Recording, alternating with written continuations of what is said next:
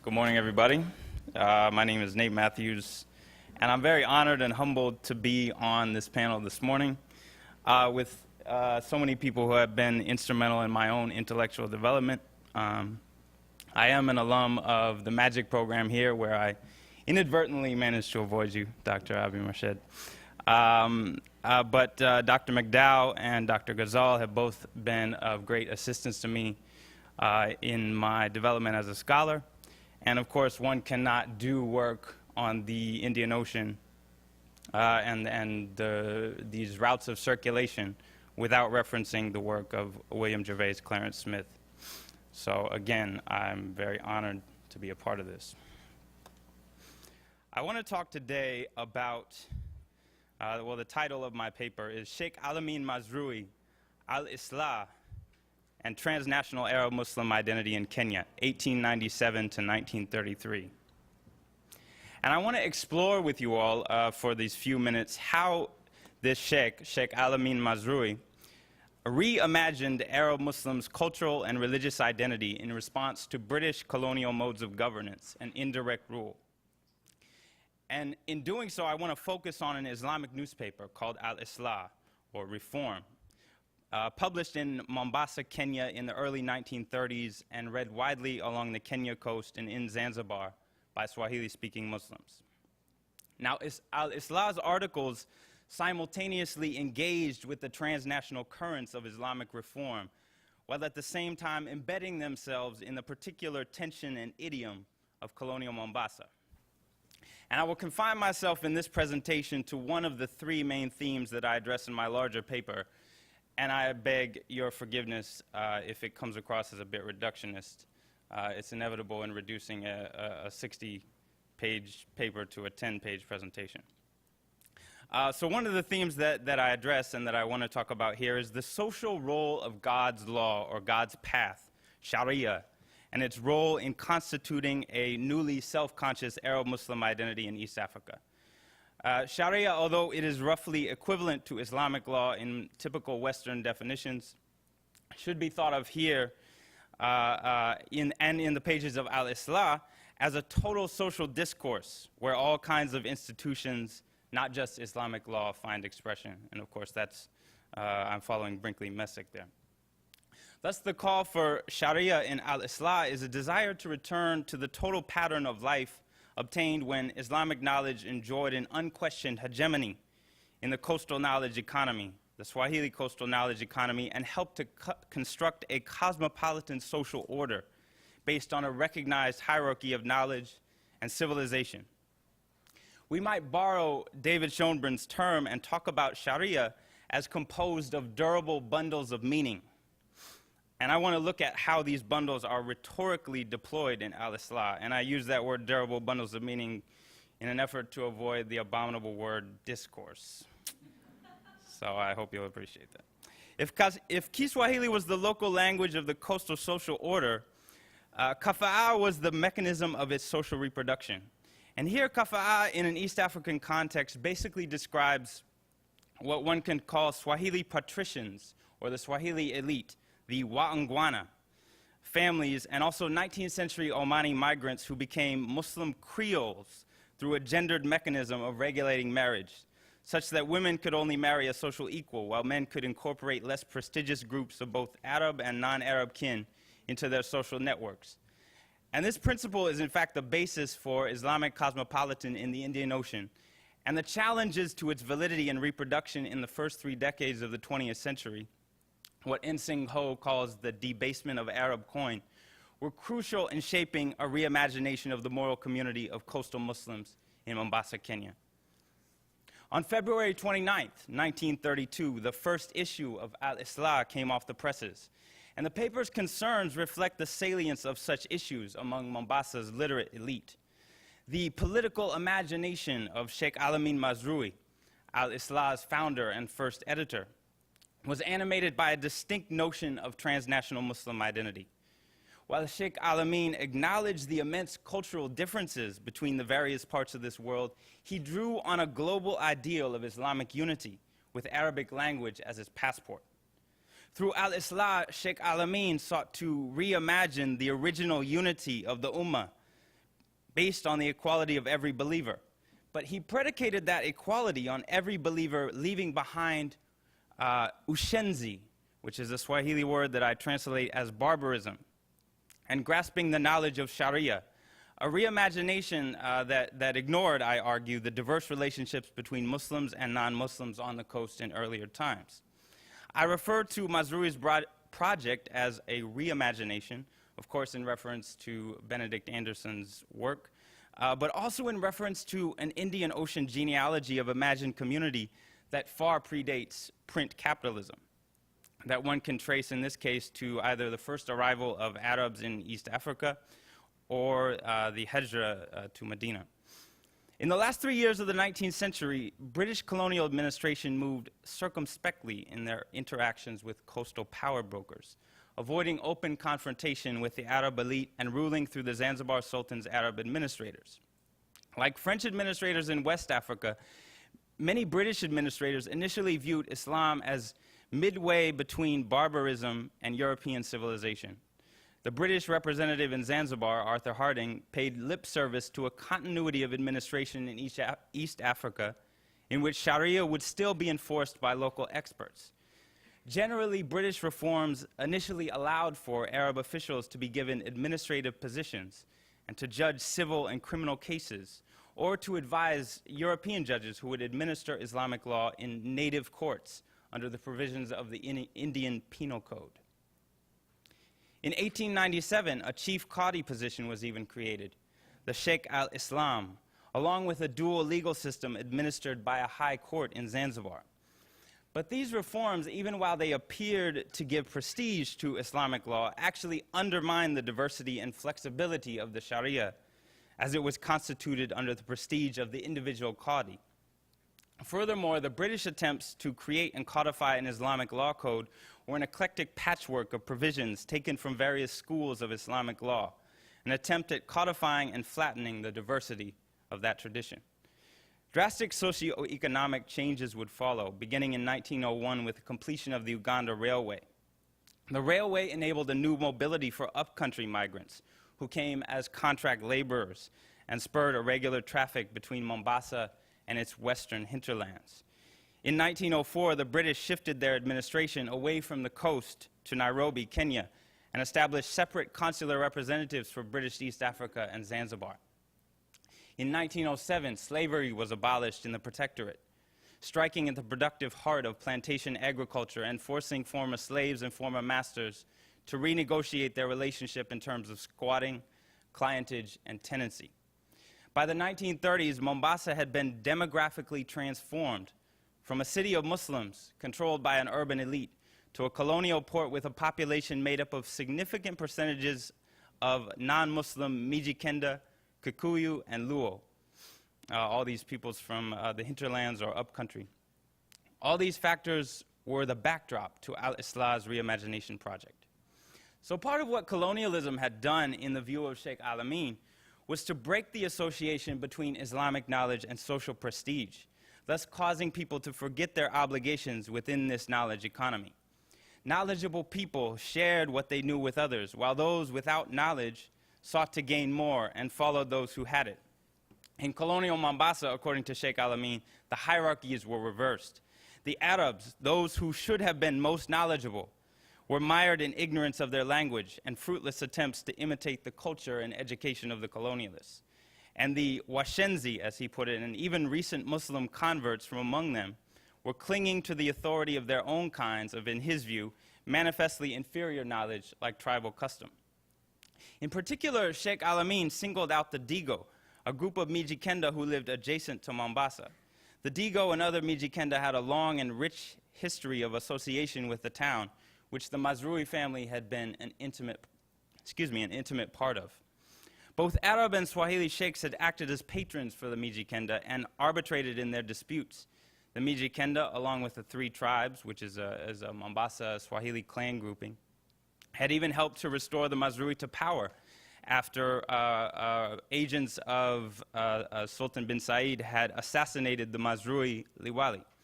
Many aspects of the Swahili elite's cultural traditions, their ritual healing, dance patterns, yearly celebrations, shared much in common with Mijikenda culture. And there was a great degree of intermarriage between the two groups, particularly between Mijikenda women and Swahili Wangwana or patrician men. Now, this thick network of obligations and overlapping social identities were inimical to the British colonial administration's desire for legal and political legibility for its colonial subjects. Now, the British were willing to grant concessions to an Islamic legal sphere, but as we shall see, its boundaries had to be strictly circumscribed and continuously monitored. So the British, consistent with their policy of indirect rule, had endeavored to set Mijikenda elders up in native councils, or in Swahili, Ngambi, which were empowered to give legal rulings based on Mijikenda customary law. So while there were, in 1912, Muslim qadis overseeing cases at many of the major coastal towns, with the chief qadi at Mombasa, there were also parallel groups of these native councils operating among the Mijikenda. In 1913, the provincial commissioner for the coast, C.W. Hobley, gave an explicit policy recommendation through a letter which illuminates how the British sought to keep up the appearance of respect for Islam while severely curtailing its influence. He wrote, "I desire it, however, to be clearly understood that administrative officers are not in any way to depart from the path of strict neutrality with regards to Islamism. The information contained in the letter that he received, that the late Qadi of Wasin did his utmost, although without success, to persuade the hereditary chief of the Wadigo to relinquish Wadigo tribal laws and customs, is to my mind a definite case in which a government official is using his official position to spread his religion. Any attempt on their part to influence the tribes near the coast, be they Digo, Daruma, Kamba, et al., to embrace Mohammedanism and to relinquish their land laws and legitimate customs for the Sharia, will be reported to the government." As early as 1915, these native councils were being encouraged by the British to adopt a more autonomous stance and to rule according to customary law, where they had originally only existed as an informal arbitration board to represent matters to the Liwali. By 1924, these native councils, these Ngambi, were established throughout most African rural areas in the colony and the protectorate. However, several attempts in this period at instituting a native council within Mombasa failed. But in 1932, the British tried again to institute the Ngambi, or the native council, within Mombasa district. Thus, the context of Sheikh Al-Amin's writings in the early 1930s is that of the prospect for a further decline of the importance of Sharia in relation to customary law. So Sheikh Al-Amin creatively addressed this controversy in the newspaper by linking it to a historical narrative. His narrative begins with those Arabs who had first set foot on East African shores. He writes, "Our elders, Wazee Wetu, supervised spreading Islam in every part of Africa where they arrived. They transformed the people of this town, Mombasa, in a short time and expelled Ushenzi and caused the culture of their town to change to one of worshiping God alone." Sheikh Al-Amin's reimagined community thus drew on an original imaginary event in which a community of civilization was established in Africa by righteous and knowledgeable people. Despite their efforts, Al-Amin wrote, the elders failed to repair the character of those who entered Islam, because many of these new Muslims didn't know how to pray, let alone their other responsibilities in their new religion. Wrote Al-Amin, "Many still hold on to their Ushenzi customs and their incorrect beliefs, and if we don't succeed in following and continuing in the path of our elders, who taught these people Sharia and instructed them well and forbade them from evil and improved their character, then the work of our elders and the effort they made will be worthlessly lost." In the article, memory of the role of Arabs in Islamicizing Mombasa and other coastal areas was called upon to give moral force to the work of communal reimagination and moral rearmament of Muslim and Arab identity. But the Sheikh does not limit his imagination to Arabs. He stresses that Africans have an affinity for Islam more than any other religion, and that the Digo, in particular, have this affinity more than any other people. He emphasized that there were over 30,000 Digo in the adjacent district to Mombasa, and that many of them were Muslim. Therefore, it's very upsetting, he wrote, that many of our neighbors do not know a thing about their religion, and this is what has caused them to become hardened in their customs of marriage and inheritance. And if they knew their religion, they would leave the bitterness of these customs and would hold to Sharia like the way they hold to their brothers who are knowledgeable. So restoring the correct relationships of the rule of knowledge in guiding people out of ignorance would help the Digo to become better Muslims. It would also cause them to leave behind their customary law and to follow Sharia. But it was not mere legal knowledge that was at stake in the hegemony of the Sharia on the Kenya coast. One might legitimately ask why Sharia was so important to the Arab elite if they were still able to exercise their right for their case to be heard in front of a qadi. One material answer, I submit, is that erosion of the Sharia struck directly at the basis for the social reproduction of this elite. As we saw in the introduction, it was common practice for Swahili and Arab Muslim townsmen to take wives from among the non-Muslim population. In the pre-colonial era, this was a route to social prestige, relatively speaking, for the wife and her family. Kafa'a was the glue cementing the bonds of social reproduction. It reproduced a patrilineal genealogy based on a recognized hierarchy, a path through which diverse populations could be civilized by being brought out of ushenzi, or barbarism. Kafa'a was also what helped Arabs lay claim to being indigenous residents of East Africa in a colonial context. After looking in his English Swahili dictionary for the definitions of the word native, one Al-Islah reader discovered the following definitions. Mtu wa asli, indigenous person. Mtu mweusi, black person. Mshenzi, barbarian. And finally, mzalia, literally someone born in a place. After studying these meanings, the truth dawned on him. Many Arabs were indeed indigenous residents of East Africa, and because of intermarriage, it was impossible to separate them from indigenous Africans. He then used this ideal to critique European racial conceptions in South Africa, in which mixed-race offspring of European and African parents were deemed to be colored and despised because of it, in contrast to the Arab method of patrilineal creolization described earlier. Kafa'a was thus, to this reader, a manifestly superior way of constituting identity. For since Muhammad's establishment of Islamic rule in Medina 1,300 years earlier, he wrote, it had been converting Washenzi into Arabs. But when customary law became a distinct and equal sphere to that of Sharia, then Kafa'a could be overturned, and a woman's lineage, even if they came from a non-Muslim background, could gain certain rights over her and her offspring, thus creating the destabilizing possibility that those born Muslim could be redefined and raised as pagan Washenzi. In the case of the Mijikenda Digo, this was a real issue, as a significant portion of them were non-Muslim. The local native councils in the Mijikenda districts often used a mixture of Islamic law and customary law to settle a number of cases where non-Muslim Digo inherited the wives of their deceased Muslim relatives. Readers of Al-Islah were aware of these cases. One concerned reader wrote in disbelief about a recent court judgment. I have gotten news of a ruling on a Nika woman. Now, Nika is a sort of pejorative term to describe the hinterland and its people. Of a Nika woman who has been a Muslim now for some time and had married a Muslim man and had children with him. She has been judged by these ignorant Wangambi, or the native council elders, and in their wisdom, they judged that this woman should return to the Nika and that her children should be Wanika, or Mijikenda. What kind of cruelty is this?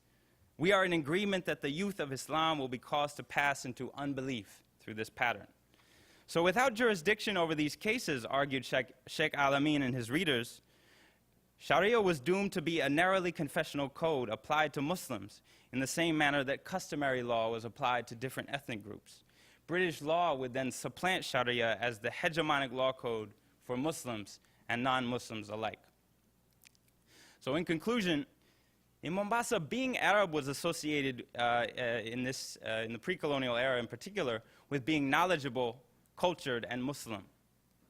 There was nothing necessarily racial about this association, as the diverse genealogies of coastal Arabs can attest to, but there is no doubt it created a hierarchy between the knowledgeable and the ignorant, the Waangwana and the Washenzi, which was then utilized by Sheikh Al-Amin to reimagine a moral community and a moral role for Arab Muslims in colonial Mombasa.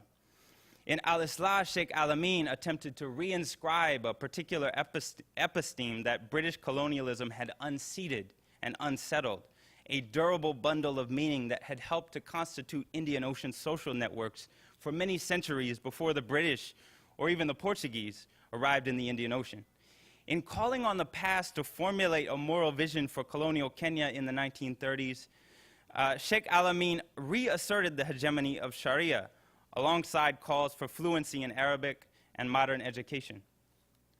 Sheikh Al-Amin projected a binary between Sharia and customary law in which Sharia reinforced kafa and undergirded the proper role of civilized and civilizing knowledge, while local custom led to a decline into barbarism.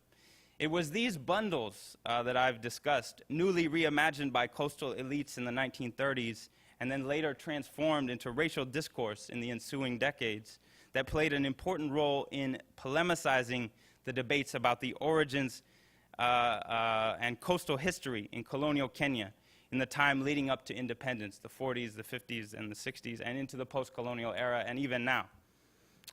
And thank you very much.